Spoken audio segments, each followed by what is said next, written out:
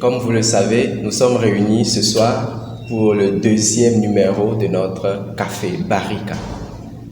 Nous sommes à Lomé, au Togo, et nous avons le bonheur d'être ici avec quatre jeunes leaders avec qui nous aurons à parler pendant les prochaines minutes autour du thème « La jeunesse togolaise à l'épreuve de la pandémie du coronavirus, les espoirs et les défis ». Je suis Hathor Kofi Lucie, je suis l'animateur de ce Café Barika. Mes chers amis, soyez les bienvenus. Merci. Comment vous allez? Nous allons bien. Et la journée, la fatigue, le soleil, ça va? D'accord. À la togolaise, c'est parfait. En tout cas, c'est un plaisir pour moi d'être ici avec vous. Nous savons tous que la jeunesse fait partie des piliers de toute société. Et pour un développement durable, il convient d'impliquer spécialement les jeunes. Et aujourd'hui, nous avons voulu vous recevoir pour recueillir justement vos avis, vos vécus, vos témoignages et partager ensemble les expériences autour de la jeunesse ici dans notre pays. Alors, tout de suite, j'ai envie de vous poser une question. Quand on parle de la pandémie, de la COVID-19, nous savons tous que depuis l'année dernière, le monde a subi une tragique, je ne sais pas comment on va l'appeler, mais nous sommes rentrés dans une nouvelle dimension de l'humanité. Et cette ère que nous vivons a été marquée ou bien est marquée par le coronavirus. Alors tout de suite, quel a été l'impact du coronavirus sur vous en tant que jeune Togolais? Monsieur Rémi. Voilà. Oui, merci beaucoup pour la parole. Et pour moi, les impacts du coronavirus sont autant positifs que négatifs. Ok. Et je suis surpris. Positif. Et en même temps négatif. Pour positif dans quel sens? Parce que dans les relations interpersonnelles, nous avons eu le temps de nous concentrer, de rester sur place à la maison avec des mesures barrières que le gouvernement a décrétées. Et aussi, nous avons évolué dans des recherches en tant qu'étudiants. Et du point de vue, ou soit l'impact négatif vient dans le sens où le virus a bouleversé notre manière de vivre. Au niveau de l'étude, par exemple, des mesures barrières qui sont prises par le gouvernement, tout cela ne nous a pas empêché de développer certaines tactiques. Et le virus nous a plongé dans la pauvreté immense. Il n'y a pas eu de circulation, des frontières fermées. Vous voyez, dans des circonstances pareilles, nous ne pouvons pas évoluer et évaluer positivement l'impact, même si j'ai dit auparavant que c'était positif. Je veux donner la parole à M. Beltino. Est-ce que vous partagez le point de M. Rémi? Je pense que le coronavirus continue d'avoir des impacts sur la jeunesse. Et comme le disait un ami, rien ne sera plus comme avant.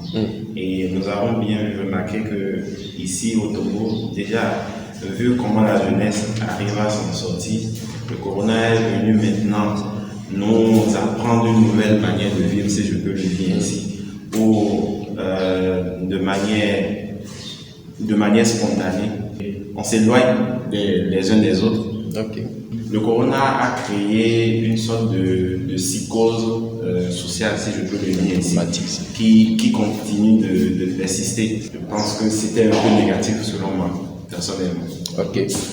Monsieur Beltino a fini son intervention en disant que pour lui, le coronavirus a eu des impacts négatifs sur la jeunesse. Est-ce que, Monsieur Samson, vous pouvez nous dire de votre point de vue en tant que jeune, est-ce que vous avez aussi relevé dans votre quotidien certains de ces impacts négatifs que le coronavirus a eu sur les jeunes? Oui, effectivement, mes prédécesseurs ont parlé des impacts négatifs et puis positifs.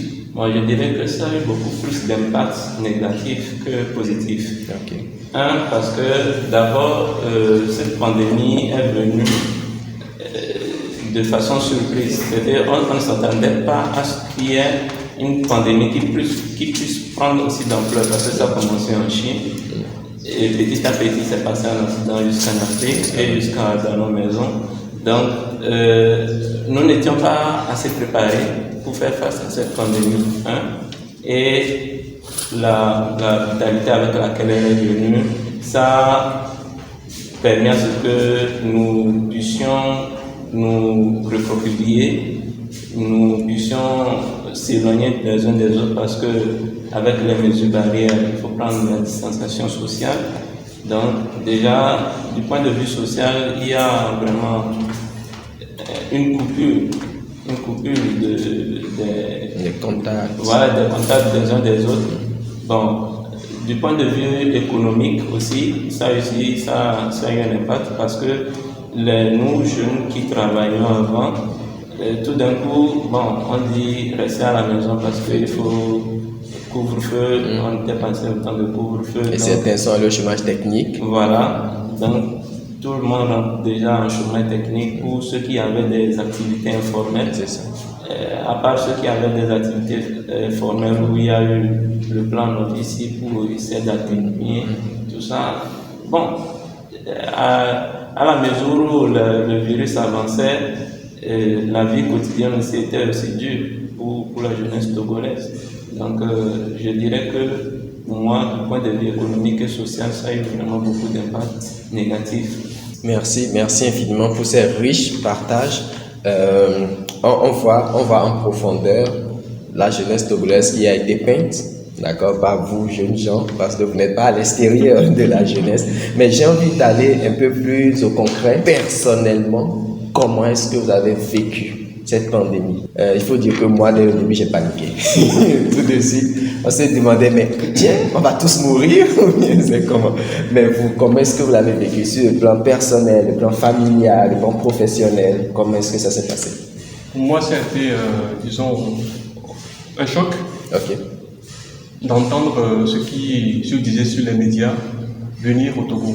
Effectivement. Parce que ma première réaction, je me disais que c'était loin de moi. Et très tôt aussi, le pays a pris des mesures.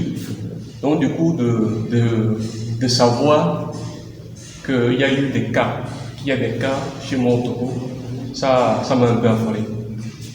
Parce que je ne comprenais pas ce que c'était que le coronavirus.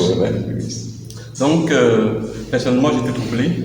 Mais je pense que avec les recherches que j'ai faites par rapport à la compréhension de ce qu'est le coronavirus, j'ai été apaisé.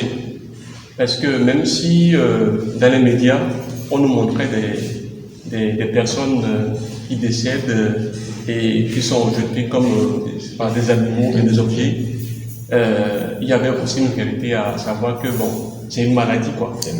C'est une maladie et que ce n'est pas la fin du monde comme on avait pensé au début.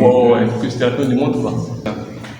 J'ai un frère qui est moniteur, donc du coup durant la grosse partie là, il n'a pas pu avoir des clients quoi pour travailler quoi. Parce que tout le monde avait peur, tout le monde devait rester chez lui. C'est ça quoi. Et je pense aussi en écoutant les jeunes, il y avait une phobie de la maladie. De la maladie. Mais je pense qu'aujourd'hui, avec tout ce qui se fait comme sensibilisation, c'est vrai qu'il y a trop d'informations sur les réseaux sociaux, on ne sait plus quoi choisir, ce qui est vrai, ce qui est faux. Mais je pense qu'aujourd'hui, avec tout ce qui se fait aussi par rapport à la vaccination, d'après ce que j'entends des jeunes, il y a une prise de conscience aujourd'hui à pouvoir avancer avec cette réalité. Parce que les experts nous disent que c'est une maladie qui va durer peut-être 3 ans ou plus, donc il va falloir s'habituer. Et déjà, les confrères ici ont dit que le coronavirus a changé nos habitudes. Rien ne sera comme avant. C'est ça. Donc il faut vraiment être dans cette dynamique-là, que bon, rien ne sera plus comme avant, mais ne pas baisser les bras, mais avancer par rapport à cette réalité et c'est pas trouver des solutions. C'est ça. Wow. Il faudrait qu'on puisse se mettre dans la mentalité comme quoi nous allons vivre avec la Covid et nous adapter. Bien sûr. Je pense que c'est d'une manière résumée toutes vos interventions.